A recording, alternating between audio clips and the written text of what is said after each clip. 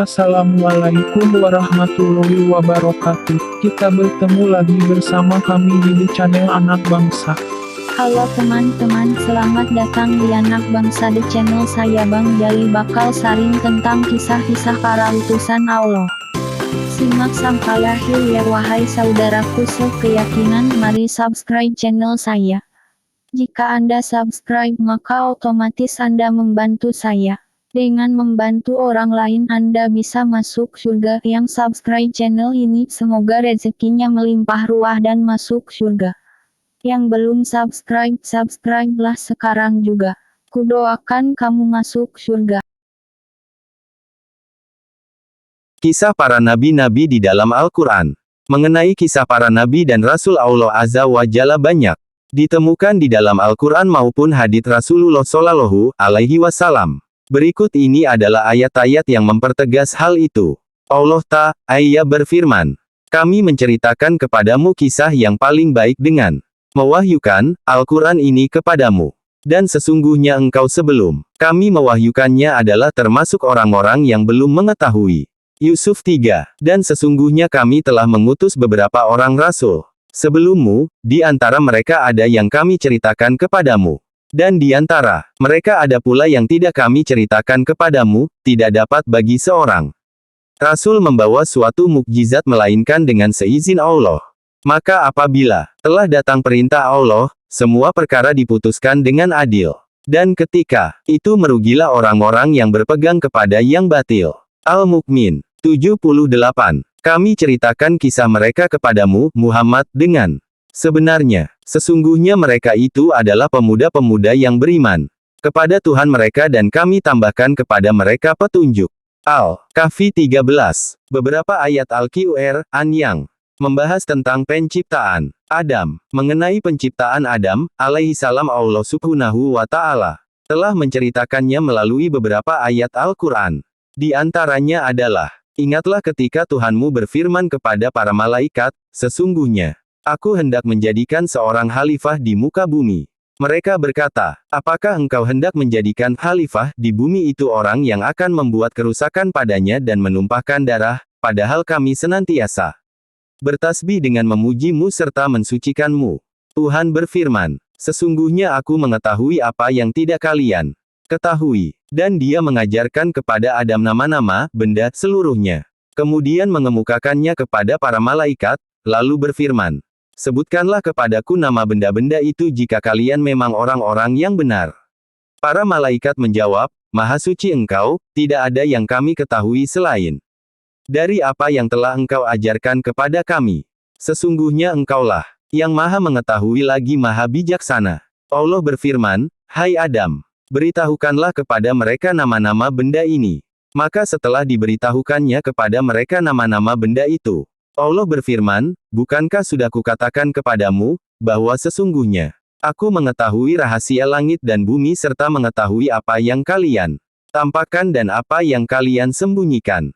Dan ingatlah ketika kami berfirman kepada para malaikat, sujudlah kalian kepada Adam. Maka mereka pun bersujud kecuali iblis, ia enggan dan sombong dan ia termasuk golongan orang-orang yang kafir.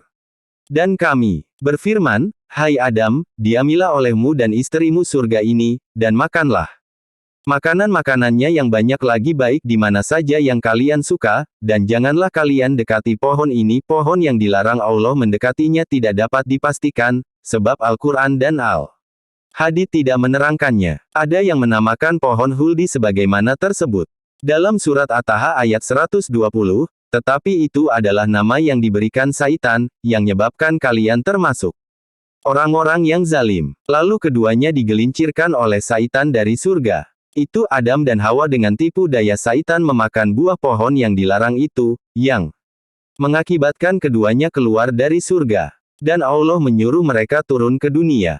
Yang dimaksud Saitan di sini adalah iblis dan dikeluarkan dari keadaan semula, dan kami berfirman, turunlah kalian, sebagian kalian menjadi musuh bagi yang lain. Dan bagi kalian ada tempat kediaman di bumi dan kesenangan hidup sampai waktu yang ditentukan. Allah Azza wa Jalla berfirman, sesungguhnya misal penciptaan Isa di sisi Allah adalah seperti penciptaan Adam. Allah menciptakan Adam dari tanah, kemudian Allah berfirman kepadanya, jadilah seorang manusia, maka jadilah ia.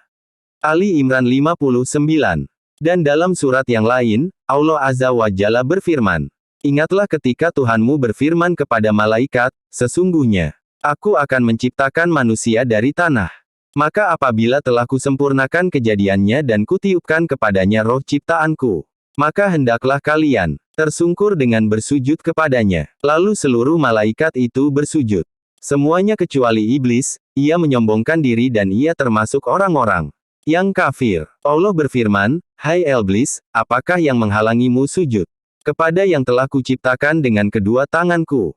Apakah kamu menyombongkan diri ataukah kamu merasa termasuk orang-orang yang lebih tinggi? Iblis berkata, aku lebih baik darinya, karena engkau telah menciptakan aku dari api, sedangkan ia engkau ciptakan dari tanah.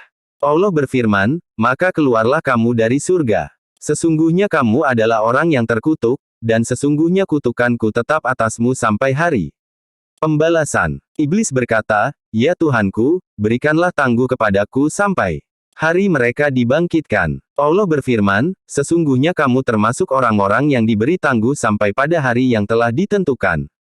Waktunya, hari kiamat. Iblis menjawab, demi kekuasaanmu aku akan menyesatkan mereka semua kecuali hamba-hambamu yang mukhlis di antara mereka. Allah berfirman, maka yang benar adalah sumpahku, dan hanya kebenaran itulah yang kukatakan. Sesungguhnya aku akan memenuhi neraka Jahanam dengan jenismu dan dengan orang-orang yang mengikutimu di antara mereka kesemuanya. Saat 71-85.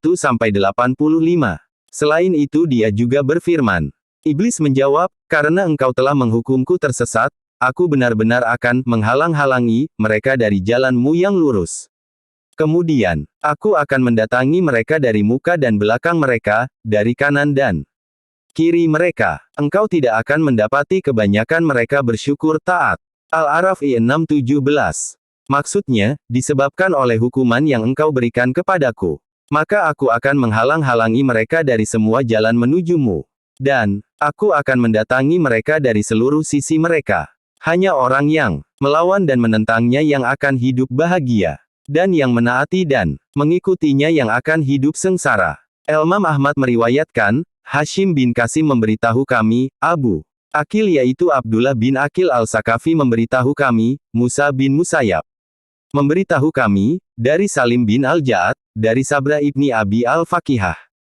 Ia menceritakan, aku pernah mendengar Rasulullah Shallallahu Alaihi Wasallam bersabda, sesungguhnya Saitan akan menghalangi anak cucu Adam dengan berbagai macam jalannya. Para ahli tafsir berbeda pendapat mengenai malaikat yang diperintah untuk bersujud kepada Adam alaihi salam. Apakah seluruh malaikat, sebagaimana yang ditunjukkan oleh ayat-ayat Al-Quran secara umum? Sebagaimana yang menjadi pendapat jumhurul ulama? Ataukah yang dimaksudkan adalah para malaikat yang ada di bumi saja, sebagaimana yang diriwayatkan Ibnu Jarir melalui Jalan Ad-Dahhak dari Ibnu Abbas. Dan di dalamnya terdapat inkita, sanad terputus meskipun sebagian ulama mutaakhirin merajikannya, tetapi yang jelas menurut lahiriah kalimat yang benar adalah pendapat pertama, yaitu seluruh malaikatnya. Dan hal itu telah diperkuat oleh hadits Rasulullah Shallallahu Alaihi Wasallam, di mana beliau berfirman, dan dia memerintahkan malaikatnya bersujud kepadanya, Adam. Dan ini pun bersifat umum. Wallahu a'lam. Firman Allah Azza wa Jalla kepada iblis, turunlah kamu dari surga itu, dan keluarlah kamu dari surga itu. Ini menunjukkan bahwa ia berada di langit dan diperintahkan untuk turun darinya. Sedang keluar yang dimaksudkan adalah dari kedudukan dan tempat yang telah diperolehnya dan penyerupaan dirinya dengan malaikat dalam ketaatan dan ibadah. Kemudian, Allah mengambil kembali semuanya itu karena kesombongan, kedengkian, dan keingkarannya kepada Allah Subhanahu wa Ta'ala. Selanjutnya, ia pun diturunkan ke bumi dalam keadaan benar-benar hina dina.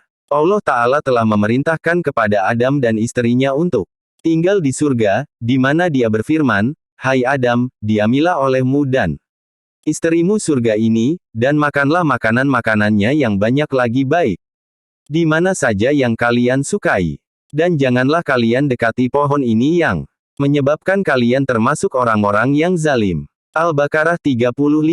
Sudah waktunya saya mengakhiri video ini, semoga bermanfaat. Untuk lanjutan videos hari ini mukmin teman-teman bisa lihat di part kedua dan jangan lupa selalu tonton video dari channel Anak Bangsa yang selalu berbagi ilmu dan informasi, semoga terhibur dan bermanfaat. Jangan lupa subscribe dan share video ini karena satu jari Anda bisa menyelamatkan anak bangsa.